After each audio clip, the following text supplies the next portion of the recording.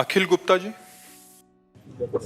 राधे राधे महाराज जी। महाराज जी, मिथ्या आरोपों के बाद किस तरह से मन को शांत किया जाए अगर आप पे मिथ्या आरोप भगवान के नाम जप के द्वारा।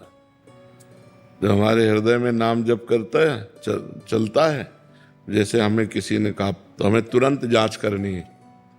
अगर है तो भगवान सामने से संबोधन कर रहे हैं, मुझे सुधार करना चाहिए।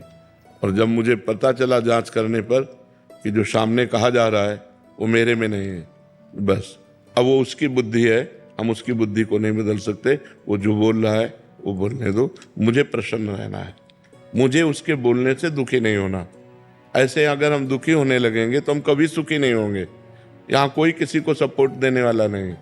आप अच्छे मार्ग में चलना चाहो तो आपको गिराने के लिए ही, लेकिन ऊपर चढ़ाने के लिए नहीं। सपोर्ट में कोई नहीं मिलेगा। आप धर्म से चलो, दूसरों का उपकार करो, तो जिसका उपकार करोगे वही आपको गिराने की कोशिश करेगा। ये संसार है, यहाँ बहुत छल कपट दम्भ नाटक ये सब बहुत चलता है। पाए जान जगत में सब जन कपटी कुटिल कलयुगी टंच। आप हृदय से किसी को प्यार करो, वो आपके हृदय को ही काट देगा।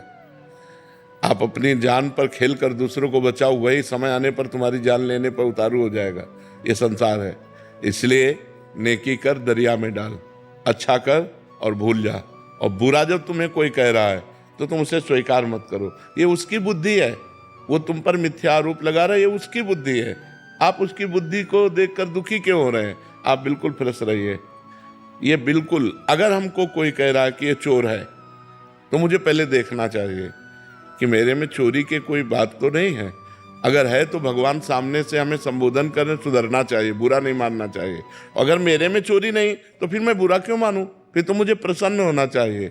तो इसलिए मिथ्यारोप तो करेंगे ही। जगत है, बड़े बड़े संतों को नहीं छोड़ा, भगवान को नहीं छोड़ा, तो आपको कैसे छोड़ देगा संसार? बड़े बड़े संतों को नहीं छोड़ा, भगवान को नहीं छोड़ा।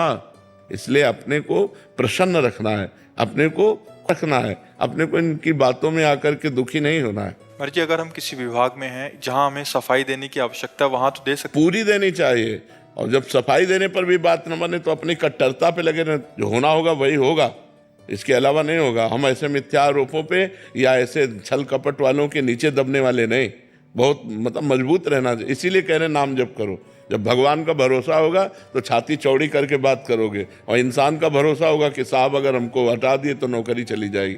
अगर ये साहब थोड़ी, साहब का साहब है वो, अगर वो चाहेगा तो सब मंगल ही बन जाएगा। इसकी क्या बात है? इसलिए मस्त रहो, नाम जप करो। आकर्ष। राधे राधे मेरी लाडली जी। महाराज जी, मैं एक विद्यार्थी हूँ। लाडली जी की कृपा से मैंने आपकी YouTube के माध्यम से सत्संग और एकांतिक वार्तालाप सुने हैं। गुरुदेव भगवान, मैं आपके लिए वो हर एक चीज़ करना चाहता हूँ जिससे आप हमेशा खुश रहें, और मेरी ये दिली इच्छा है कि मैं आपसे मित्रता कर, ताकि मैं सारी वो बातें करूँ, क्या बातों को ध्यान रखूँ जिससे आप प्रसन्न रहें। सबसे पहली बात है कि आप गर्लफ्रेंड आदि के चक्कर में मत पड़िएगा। ब्रह्मचर्य धारण कीजिएगा, राधा नाम जपिएगा, माता पिता का आदर कीजिएगा। बस इसी से हम प्रसन्न हो जाएंगे और इसी से तुम्हारी जीवन की उन्नति हो जाएगी। ठीक है? अब अपनी श्रीमुख से मुझे राधा नाम जप। राधा राधा राधा राधा। अनुज सिंगल जी, आगरा से।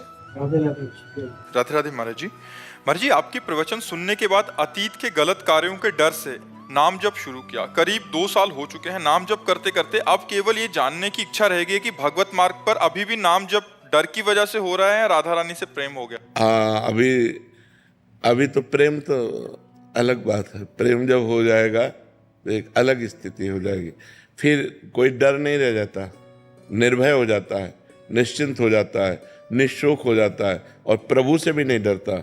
और प्रभु से कहता है, यत्र यत्र मम जन्म कर्म वीर नारके परमे पदे अथवा राधिका रति निकुंज मंडली तत्र तत्र हृदय में विराजताम। हे प्रभु, मैं आपसे ये नहीं मांगता कि मुझे नरक मत भेजना, मुझे चाहे नरक भेजना चाहे परम पद भेजना, मुझे इसकी परवाह नहीं, पर आप अपने परिकर सहित मेरे हृदय में रहें।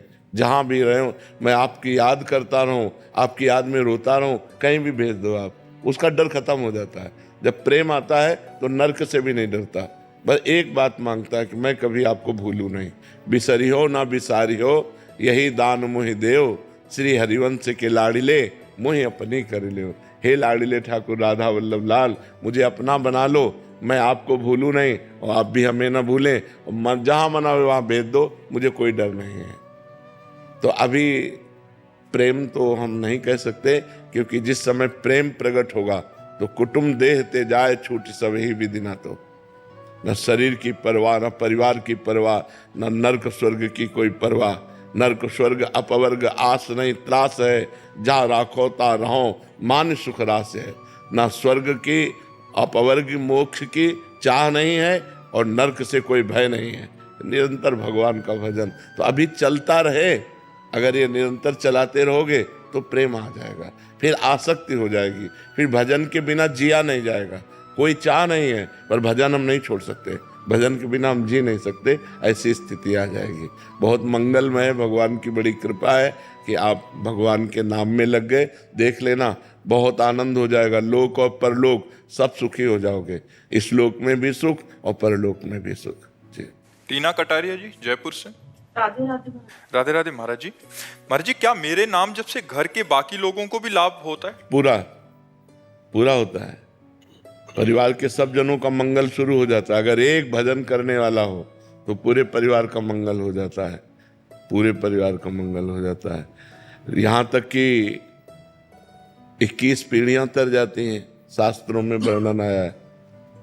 तो इससे ज्यादा क्या मंगल हो सकता है? अभी वर्तमान परिवार की तो बात जाने दो, पीछे की हमारी 14 आगे की 7 ये 21 पीढ़ियां तर जाती है। हाँ, तो फिर वर्तमान में हमारे परिवार का मंगल हो। वैसे भी समझ लो, एक आदमी क्राइम करता है, पूरा परिवार झकझोर जाता है, पूरे परिवार का अपमान होता है कि नहीं होता है? कहाँ गया बताओ, वो आदमी कहाँ गया?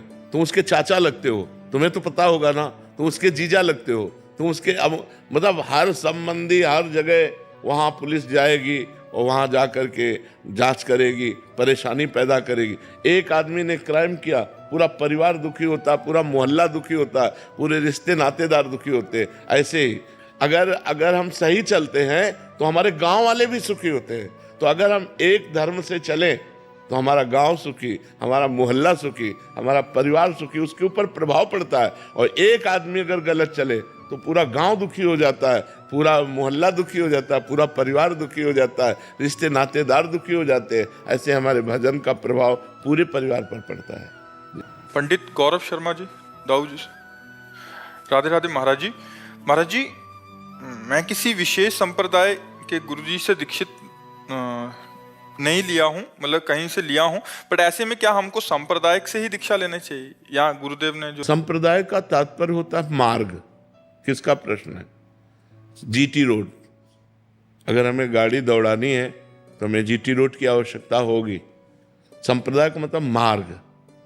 हम आचार्य की शरण होते हैं और उनके बताए हुए मार्ग पर आंख मूंद के दौड़ते हैं तो हम भगवान के पास पहुंच जाते हैं। संप्रदाय का मतलब कोई भयावा या कोई फसावट या कोई ऐसा नहीं। संप्रदाय का मतलब जीटी रोड, सुदृढ़ मार्ग संप्रदाय। अब जैसे हमें प्रिया प्रीतम के निकुंज में जाना है, प्रिया प्रीतम की सेवा करनी है, तो हमको वही मार्ग लेना पड़ेगा ना। तो हमको स्वामी हरिदास जी की शरण में होना पड़ेगा, हरिवंश जी की शरण में होना पड़ेगा, तो उनके बताए हुए मार्ग से चलेंगे। अब हमको सखा भाव की उपासना करनी, ठाकुर मेरा दोस्त है, मेरा यार है, तो हमको वल्लभाचार्य जी के मार्ग में चलना पड़ेगा। भाई हमको जहाँ जैसे हमको बिहारी जी जाना है तो बिहारी जी वाले मार्ग में, राधा रमण जी जाना तो ये मार्ग है। भक्ति में उसे संप्रदाय कहते हैं। संप्रदाय का मतलब होता है मार्ग। तो अगर हमें प्रभु के इन भावों में चलना है, दास्य भाव, सख्य भाव, वात्सल्य भाव, कांता भाव, गोपी भाव, सहचरी भाव, तो हमें उसी मार्ग वाले महापुरुष से जुड़ना पड़ेगा, तभी तो हम वहां पहुंच जाएंगे। ऐसे हम कैसे पहुंच जाएंगे? हमें जाना बिहारी जी है और हम चलने लगे छठी कला की तरफ, तो मार्ग तो है लेकिन हम कभी बिहारी जू नहीं पहुंचेंगे। तो बिहारी जू पहुंचने के लिए बिहारी जू वाले ही मार्ग में जाना पड़ेगा। तो उसी मार्ग का नाम संप्रदाय है। बोले अब मुझे बिहारी जू से प्यार करना है तो स्वामी हरिदास जू से प्यार करो तो बिहारी जू से प्यार हो जाएगा। राधा वल्लभ जी से हमें प्यार करना है तो श्री हरिवंश महाप्रभु से प्यार करो, राधा वल्लभ जी से प्यार हो जाएगा। क्योंकि वो जानते हैं कैसे तुम्हें प्यार करना है, वो कृपा करेंगे, वो अपने ठाकुर का प्यार देंगे, वो अपना मार्ग बताएंगे, वो मंत्र बताएंगे, उपासना बताएंगे, पाठ बताएंगे, सेवा बताएंगे, तभी तो हम पहुंच पाएंगे। समझ पा रहे हो किसका प्रश्न था? तो संप्रदाय का मतलब मार्ग। हम किसी भी मार्ग को अगर हम तय करना चाहते हैं तो हमें वहाँ का गाइड चाहिए और गाइड चाहने का मतलब है गुरु बनाना, आचार्य बनाना। जब तक आचार्य और गुरु की शरण में नहीं होंगे तब तक हम मार्ग को तय नहीं कर सकते। गौरव सिंह जी बरेली से। महाराज जी, राधे राधे महाराज जी।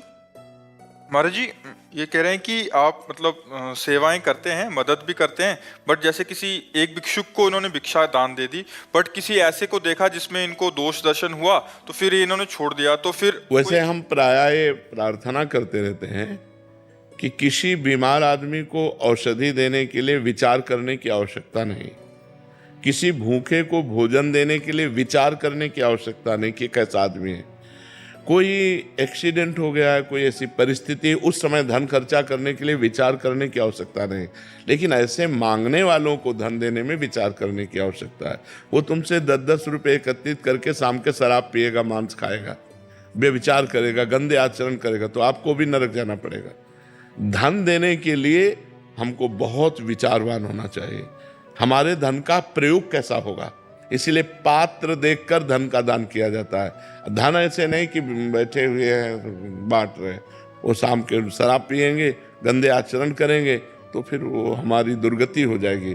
भोजन हम किसी को भी दे सकते हैं, भोजन के लिए औषधि किसी को दे सकते हैं, सहयोग परिस्थिति के अनुसार हम कर सकते हैं। सर्दी में कोई काँप रहा है, हम अपनी शर्ट उतार कर उसे दे सकते हैं, हम अपना कंबल उसे दे सकते हैं। लेकिन पैसा देने का जब समय आवे तो विचार कर ले कि हम जहाँ पैसा दे रहे हैं इस पैसे का हमारे सदुपयोग होगा कि नहीं होगा। अगर दुरुपयोग होगा तो फिर आप भी उसके साक्षी बने और आपको भी उसे भोगना पड़ेगा जी। इसलिए बहुत समझ करके, बहुत संभल करके धन दान करे तो बहुत संभल करके। शिल्पा जी। राधे राधे महाराज जी। महाराज जी कह रहे हैं कि जब भी कुछ अच्छा होता है तो मन में विचार आता है कि चलो अच्छा काम किया, मेरे पाप धुल गए इन्होंने जैसे, तो ये ऐसा विचार करना ठीक? हाँ ठीक है, भगवान की बड़ी कृपा, उसमें भगवान को जोड़ लो।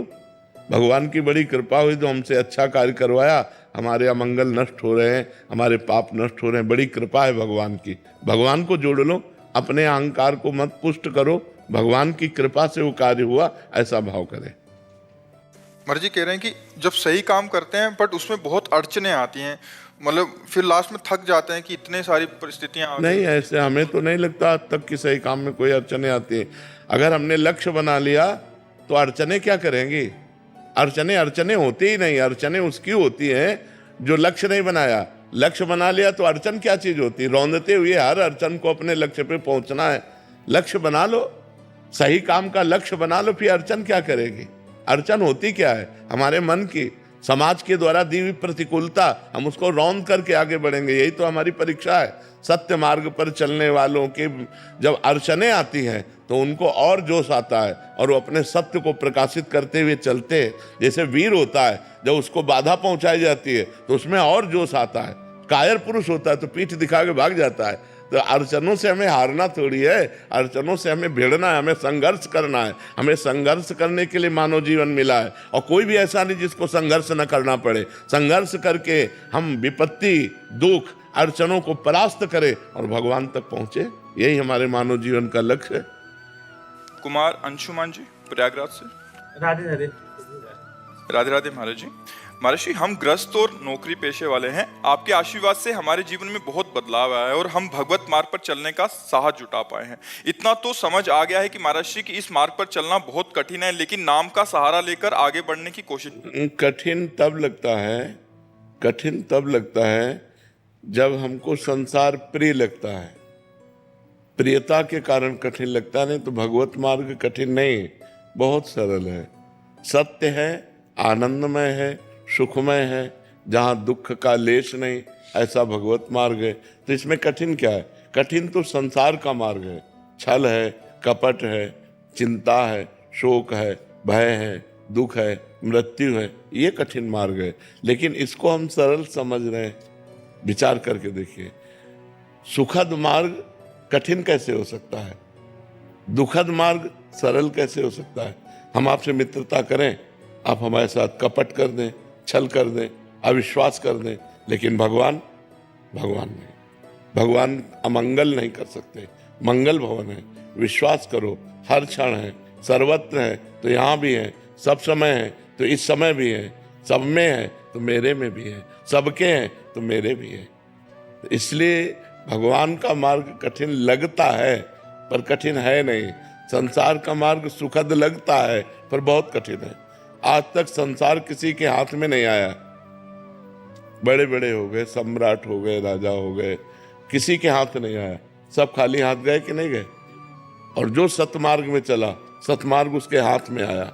भजन, साधन, तपस्या, लोकांतर में जहां भी जाएगा उसका सम्मान होगा, वो सुख प्राप्त करेगा। लेकिन जिसने अध्यात्म को स्वीकार नहीं किया, केवल लौकिक मार्ग को स्वीकार किया, मरने के बाद उसके हाथ क्या है? एक बार सिकंदर विजय करके जा रहा था तो एक संत नाचने लगे सामने। तो उसने कहा, क्यों नाच रहे हो? बोले, आज मुझे वीर बहादुर मिला है, वो तुम काम कर सकते हो जो आज तक किसी ने नहीं किया। बोले, हाँ बोलिए। तो एक सुई निकाली, कहा, मेरे कपड़े फट जाते हैं तो मैं एक सुई रखता हूं, क्या परलोक में मुझे ये सुई आप ले जाकर दे सकते हैं? तो उनका, मूर्ख हो क्या, परलोक में कोई कुछ ले जाता है क्या? तो बोले, फिर लाखों की हिंसा करते हो, तो जब तुम परलोक में एक सुई भी नहीं जा सकती तो तुम्हें लाखों की हिंसा क्यों करते हो? उसी दिन से दिमाग आ गया और उसने कहा, जब सिकंदर मरे तो दोनों हाथ अर्थी के बाहर कर देना कि सब लोग देख ले, इतना पराक्रमी वीर भी यहाँ से कुछ नहीं लेके जा रहा है। तो हाथ लगने वाली चीज तो अध्यात्म है, सुख देने वाली वस्तु तो भगवान के मार्ग की नाम, लीला, गुण, धाम, ये सब सुख देने वाली है। महाराज जी, मेरा एक प्रश्न था, मैं जानना चाहता हूँ कि हमें करता नहीं है, हम दृष्टा बन के जीवन जीना चाहिए, किंतु उस नहीं जी पाओगे अभी। जब तक भजन नहीं होगा तब तक दृष्टा कैसे बन सकते हो? शरीर में पीड़ा है तो भोक्ता बन करके भोगना पड़ेगा जब तक भजन के द्वारा वो स्थिति नहीं प्राप्त हुई है। जब भजन होता है और वो स्थिति प्राप्त होती है तो ऐसे पीड़ा महसूस होती जैसे दूसरे शरीर में। उनके शरीर में पीड़ा है तो मुझे लग रहा है इनके शरीर में पीड़ा है, लेकिन वो व्यथित नहीं होता। काम आ रहा है तो हमारे अंदर नहीं आ रहा, वो मन के अंदर आ रहा है। हम उसके दृष्टा हैं, उसको कंट्रोल कर सकते हैं। अभी हमारे अंदर आता है ना कि हम ये भावना कर पाते हैं कि मन में काम आ रहा है। अगर हम कुछ देखना चाहते हैं तो ये भाव नहीं आता कि मेरी नेत्रेंद्री देखना चाहती है, भावता मैं देखना चाहता हूँ। बस ये जब तक मैं मन और इंद्रियों से जुड़ा है तब तक दृष्टा भाव नहीं सिद्ध हो सकता।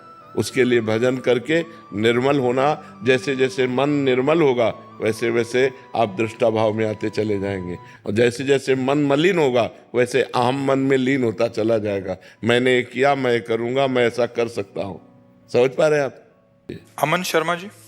सर मेरा राधे राधे महाराज जी। महाराज जी, आपके पास जैसा मरीज आता है आप उसको वैसी दवा देते हो। महाराज जी, आपसे ब्रह्म ज्ञान की बात करता है कोई तो उसे वैसा बताते हैं, भक्ति की बात करता है तो भक्ति बताते हैं, कोई भगवत प्राप्ति के लिए आता है तो भगवत प्राप्ति। महाराज जी, मैं चाहता हूँ कि श्री जी का प्रेम और शरीर छूटने के बाद जैसे आप श्री जी के पास जाएंगे, महाराज जी मुझे भी वैसे ही जाना है। महाराज जी मुझे वैसे चलना पड़ेगा ना, वैसे चलना पड़ेगा।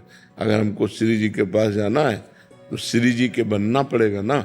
श्री जी के पहले किसी संत महापुरुष की शरण में हो, उनसे दीक्षा लो, उनके अनुसार साधना करो। भले गृहस्थ में रहो लेकिन साधना करनी पड़ेगी। अब ऐसे तो नहीं कि हम आर्मी में जाना चाहते लेकिन ना हम दौड़ लगा रहे हैं, ना हम व्यायाम कर रहे हैं, ना हम कुछ कर, तो ऐसे आदमी, कायर आदमी थोड़ी आर्मी में जाएगा। उसको तो वो करना पड़ेगा ना, उतनी दौड़, उतनी लंबाई, उतनी चौड़ाई, वो सब निशानेबाजी सब करना पड़ेगा। ऐसे जब श्री जी के पास जाते हैं तो इंद्रियों को अपने अधीन करना, मन को अधीन करना, गंदे आचरण न करना, ब्रह्मचर्य से रहना, पवित्र आहार पाना, हर समय नाम जप करना, दूसरे से मृदु व्यवहार करना, ये लक्षण है। धीरे धीरे हम श्री जी की तरफ बढ़ जाएंगे।